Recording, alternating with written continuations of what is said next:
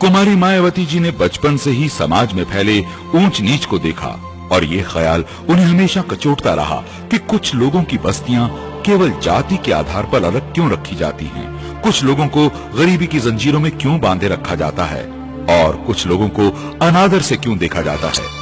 वे जब स्कूल की छुट्टियों के दौरान अपने रिश्तेदारों के यहाँ गांव जाती तो वहाँ ऊंच नीच का शिकार समाज अनायास उनका ध्यान खींचता।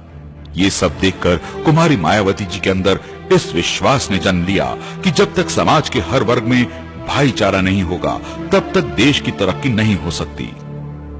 उनका राजनीतिक चिंतन मनुवाद के विरोध में और समता मूलक समाज के निर्माण पर केंद्रित रहा है। जब कुमारी मायावती जी मनुवाद का विरोध करती हैं, तो उनका मतलब ये कतई नहीं है कि वे किसी खास धर्म का विरोध कर रही हैं। उनके लिए मनुवाद का मतलब गैर बराबरी की वकालत करने वाली व्यवस्था और उस मानसिकता से है जो ऊंच नीच को बढ़ाती है और इंसानियत के खिलाफ है।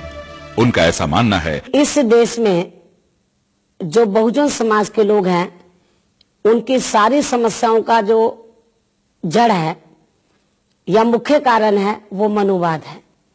लेकिन बहुजन समाज में ऐसे लोग जिन्होंने अभी तक मनुवाद को अच्छी तरीके से समझा नहीं है, तो इस किस्म के लोग अक्सर ऐसा सोचते हैं कि हमारी सभी समस्याओं का हल मार्क्सवाद, समाजवाद, साम्यवाद में है। लेकिन मेरा ऐसा मानना है कि जिस देश में मनुवाद मौजूद है उस देश में कोई भी अन्यवाद सफल नहीं हो सकता है, क्योंकि मनुवाद अन्य सभी वादों को नष्ट कर देता है। इस मनुवाद ने सबसे ज्यादा नुकसान उस बहुजन समाज का ही किया है जिसमें अनुसूचित जाति, जनजाति, अन्य पिछड़ा वर्ग व धार्मिक अल्पसंख्यक समाज से संबंधित सिख, मुस्लिम, ईसाई, पारसी, जैन व बुद्धिस्ट लोग आते हैं, जिनकी कुल जनसंख्या भारत में 85% के करीब है। हाथी की तरह इतनी विशाल आबादी वाले बहुजन समाज को गैर बराबरी वाली सामाजिक व्यवस्था के तहत लंबे अरसे से जिंदगी के हर पहलू में गिराया व पिछाड़ा गया है। कुमारी मायावती जी ने इस किस्म की सामाजिक व्यवस्था को जड़ से बदलना ही अपनी जिंदगी का उद्देश्य माना है और इसको पूरा करने के लिए उन्होंने सत्ता प्राप्त करना जरूरी समझा।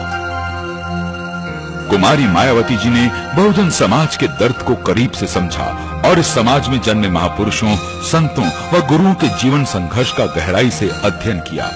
उन्होंने भारत में सामाजिक परिवर्तन के सूत्रधार उन महानायकों के कार्यों को समझा जिन्होंने अपना पूरा जीवन दबे कुचले लोगों में आत्मसम्मान और जागरूकता पैदा करने के लिए समर्पित किया। इनमें महात्मा ज्योतिराव फुले, छत्रपति शाहूजी महाराज, नारायण गुरु व परम पूज्य बाबा साहेब डॉक्टर भीमराव अंबेडकर प्रमुख थे। बाबा साहेब डॉक्टर अंबेडकर के उस महान वाक्य ने कुमारी मायावती जी को विशेष तौर पर प्रभावित किया, जिसमें उन्होंने ये कहा था कि राजनीतिक सत्ता वो मास्टर चाबी है जिसके माध्यम से बहुजन समाज के लोग अपनी तरक्की और सम्मान के सभी दरवाजे खोल सकते हैं। इसी वाक्य ने उन्हें प्रेरित किया कि वे सरकारी सेवा में जाने की इच्छा छोड़कर राजनीति में प्रवेश करें और सत्ता पर वर्चस्व स्थापित करके बहुजन समाज को न केवल शिखर पर ले जाएं, बल्कि उनके विकास का मार्ग खोलें। राजनीतिक सत्ता के बिना हम इस देश में जो गैर बराबरी के आधार पर जो सामाजिक व्यवस्था बनी है तो उसको हम नहीं बदल सकते, सामाजिक परिवर्तन नहीं कर सकते। इसलिए इस देश में यदि बहुजन समाज के लोग सही मायने में सामाजिक परिवर्तन चाहते हैं तो बहुजन समाज के लोगों को इस देश की पॉलिटिकल पावर की मास्टर की अपने हाथों में लेनी होगी। और यही बात बाबा साहब डॉक्टर अंबेडकर ने अपने जीते जी बहुजन समाज के लोगों को सलाह के तौर पर कही थी।